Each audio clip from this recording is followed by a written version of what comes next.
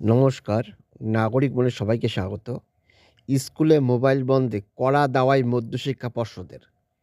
স্কুলে মোবাইল বন্ধে এবার কড়া দাওয়াই দিল পশ্চিমবঙ্গ মধ্যশিক্ষা পর্ষদ।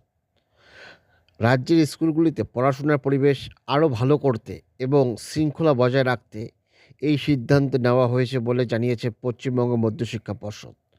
২০২৬ শিক্ষাবর্ষের জন্য প্রকাশিত একাডেমিক ক্যালেন্ডারে স্কুলের সময়সূচি, ছুটি, ক্লাসের নিয়মের পাশাপাশি মোবাইল ফোন ব্যবহারে একেবারে কড়া অবস্থান নেওয়া হয়েছে। এই নির্দেশিকা রাজ্যের সমস্ত সরকারি ও সরকারি সাহায্যপ্রাপ্ত স্কুলে মূলকভাবে মানতে হবে স্পষ্ট নির্দেশ দেওয়া হয়েছে। ছাত্রছাত্রীদের উপর কোনো ধরনের শারীরিক বা মানসিক নির্যাতন করা যাবে না। 10:35 মধ্যে স্কুলে পৌঁছতে হবে। প্রাইভেট টিউশন নিয়ে ফের কড়া বার্তা পশ্চিমবঙ্গ মধ্যশিক্ষা পর্ষদের। স্কুলের সময়ানুবর্তিতা নিয়ে স্পষ্ট নির্দেশ। সমস্ত শিক্ষক, অশিক্ষক কর্মচারীকে সকাল 10:35 মধ্যেই পৌঁছাতে হবে। 10:40 মধ্যে প্রার্থনা সভায় উপস্থিত থাকা বাধ্যতামূলক। বিকেল 4:30 আগে কেউ স্কুল চত্বর ছাড়তে পারবেন না, যদি না সরকারি কোনো ডিউটি থাকে।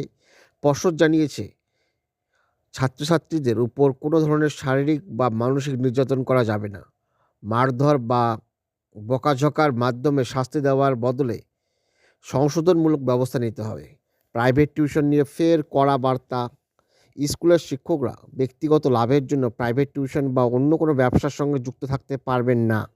এই নিয়ম আগেও ছিল, তবে নতুন ক্যালেন্ডারে তা আবার স্পষ্ট করে জানানো হয়েছে। পুরনো বই ফেরত দেওয়ার নির্দেশ।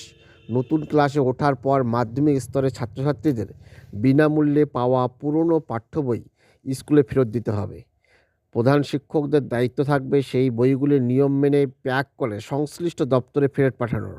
পর্ষদ সাফ জানিয়েছে, এই নির্দেশিকা বা নিয়ম অমান্য করলে সংশ্লিষ্ট স্কুল কর্তৃপক্ষ বা ব্যক্তির বিরুদ্ধে কড়া শাস্তিমূলক ব্যবস্থা নেওয়া হবে। পর্ষদ স্পষ্ট জানিয়েছে, স্কুল চত্বরে ছাত্রছাত্রীদের মোবাইল বা স্মার্টফোন নিয়ে আসা সম্পূর্ণ নিষিদ্ধ।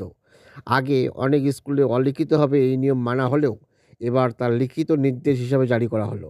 ক্লাসরুমে পড়ুয়াদের মনোযোগ যাতে নষ্ট না হয় এবং স্মার্টফোনের অপব্যবহার বন্ধ করতে এই সিদ্ধান্ত বলে জানানো হয়েছে।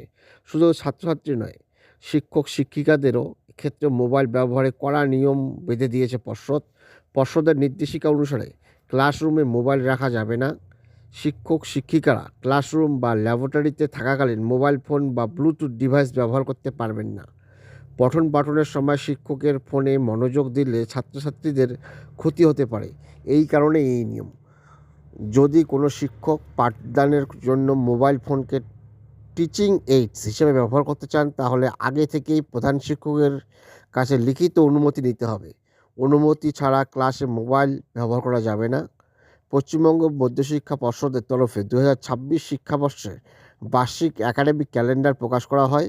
এতে স্কুলের দৈনন্দিন পঠন পাঠন, শৃঙ্খলা ও সময়ানুবর্তিতার উপর বিশেষ গুরুত্ব দেওয়া হয়েছে।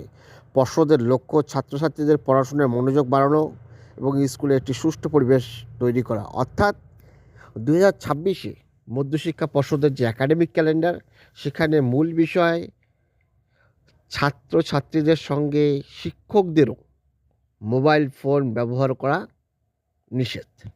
ধন্যবাদ।